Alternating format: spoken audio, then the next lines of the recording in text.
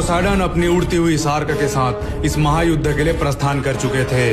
वहीं उनकी सेना भी समुद्र के विशाल लहरों को चीरते हुए रणभूमि के लिए आगे बढ़ रही थी। इस विशाल सेना को देखकर आकाश भी थर-थर कांप रहा था।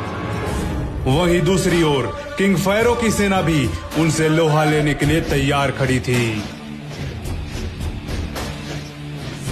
पोसाइडन एक चतुर राजा था, इसीलिए उसने इस प्रलयशाली युद्ध में अपने मित्र एवलांच को न्योता दिया।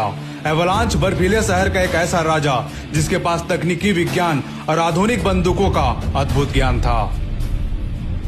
पूरे संसार में एवलांच ही एक ऐसा योद्धा था जिसका जन्म अंतरिक्ष के विशाल गहराइयों में हुआ था, जहां रोशनी भी अपना राह भटक जाए। उसके शरीर से निकलती हुई चमक जैसे कोई तारे से भी अधिक चमकती हो। उसकी आंखों में छुपी थी एक ऐसी अनंत कहानी जो अंतरिक्ष के अंधकार से भी पुरानी है।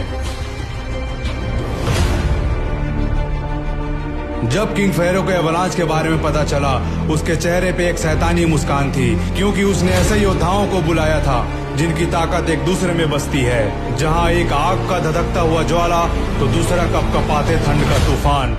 इस महायुद्ध में शामिल होने आ रहे थे ट्विन असैसिन। आने वाला समय इतिहास के एक नए दौर की शुरुआत करने वाला था। एक ऐसा दौर जो आने वाला भविष्य को लाल खून से सना इतिहास देने वाली थी।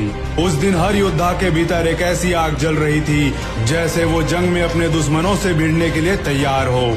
ये जंग केवल दो राजाओं के बीच नहीं था, ये जंग था जमीन और समुद्र के बीच, विजय और हार के बीच। वहीं किंग पोसाइडन की सेना भी रणभूमि तक पहुंच गई थी, जिस सेना का नेतृत्व खुद बर्फ के राजा एवलांच कर रहे थे। वहीं दूसरी ओर वो भी आपस में टकराने वाले थे। सिल्वेनस, जिसके पास प्रकृति की असीम शक्ति समाई हुई थी, तो दूसरा नर्क का सम्राट था। एक जो जीवन देता है तो दूसरा मृत्यु।